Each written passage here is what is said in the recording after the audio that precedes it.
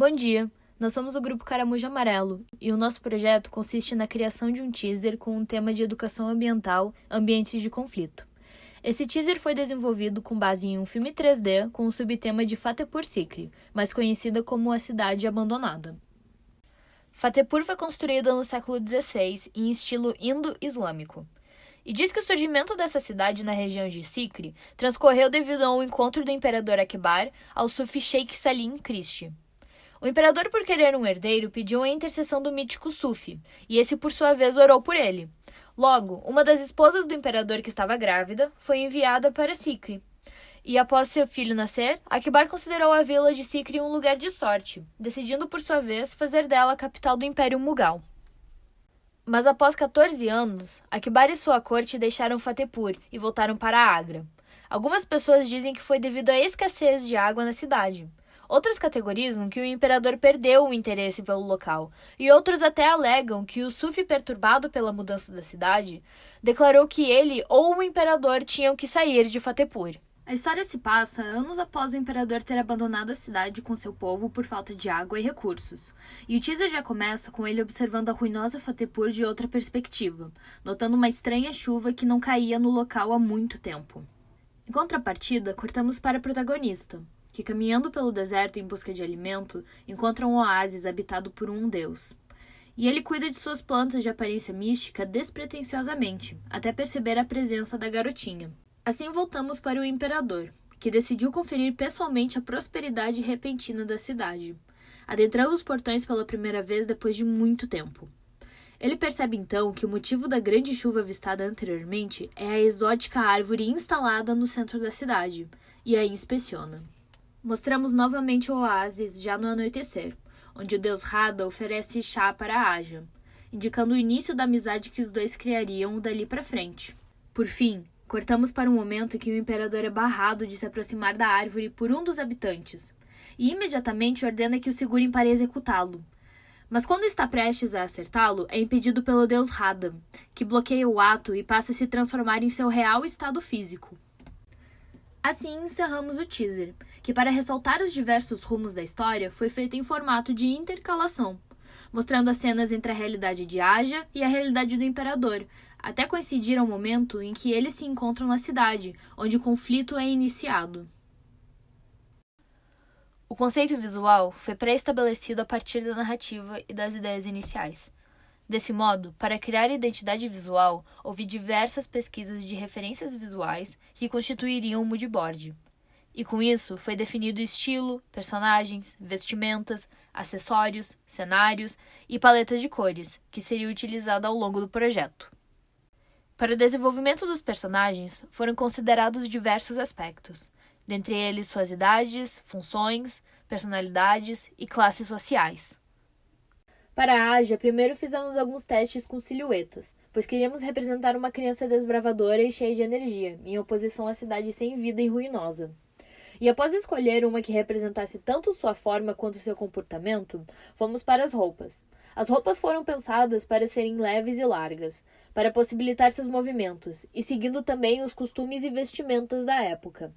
Por fim, para representar a escassez de água, recursos e o desgaste da cidade, as cores foram pensadas em tons terrosos e pouco saturados, mas ainda assim fortes e excêntricos, passando a sensação de vivacidade e juventude.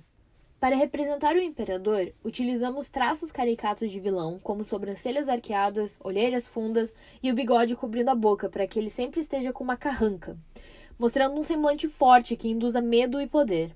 Já as vestimentas foram baseadas em armaduras do Império Mogol, com o intuito de contrastar com os outros personagens e mostrar a força e a intimidação que o personagem possui na narrativa.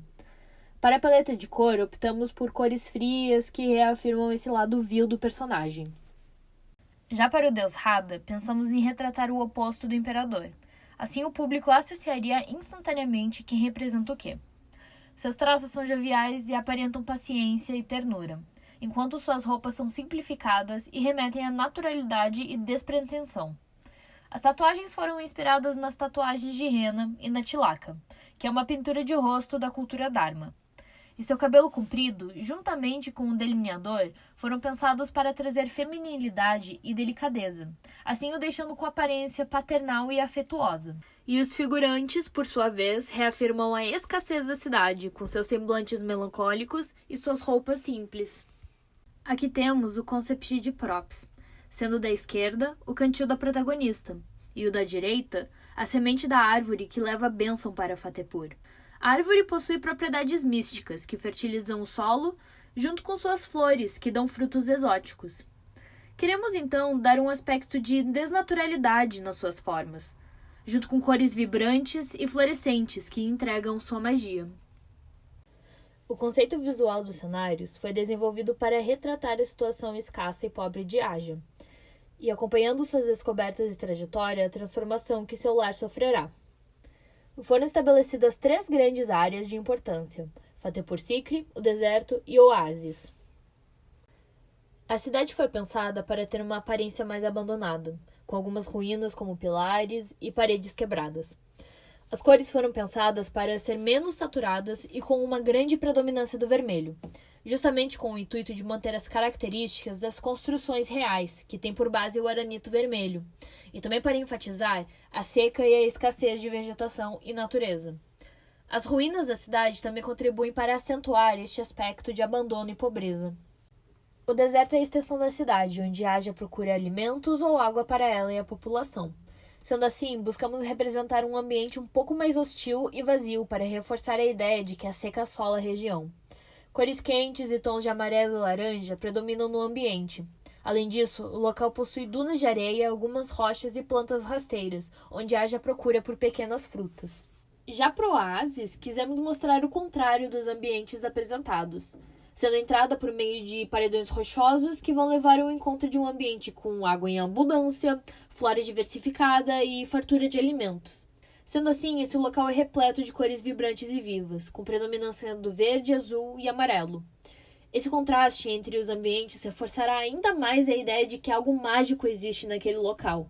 E à medida que Aja retorna à sua cidade e sua árvore cresce, a vida também retornará a Fatehpur Sikri.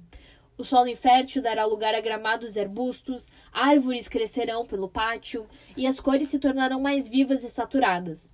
A cidade então acompanhará a trajetória da garota, que cresce e renasce, assim como a esperança da população.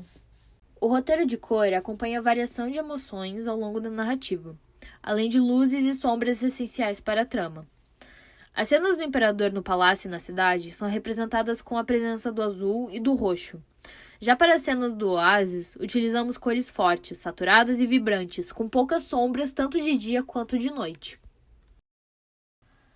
A modelagem de todos os personagens foram feitas no ZBrush, e para buscarmos um estilo similar aos concepts e às nossas referências visuais, tentamos estilizar a fisionomia dos personagens, exagerando principalmente no tamanho dos olhos e no formato do rosto. Como a Aja é diferente dos outros personagens, a sua base mesh é a única e distinta dos demais.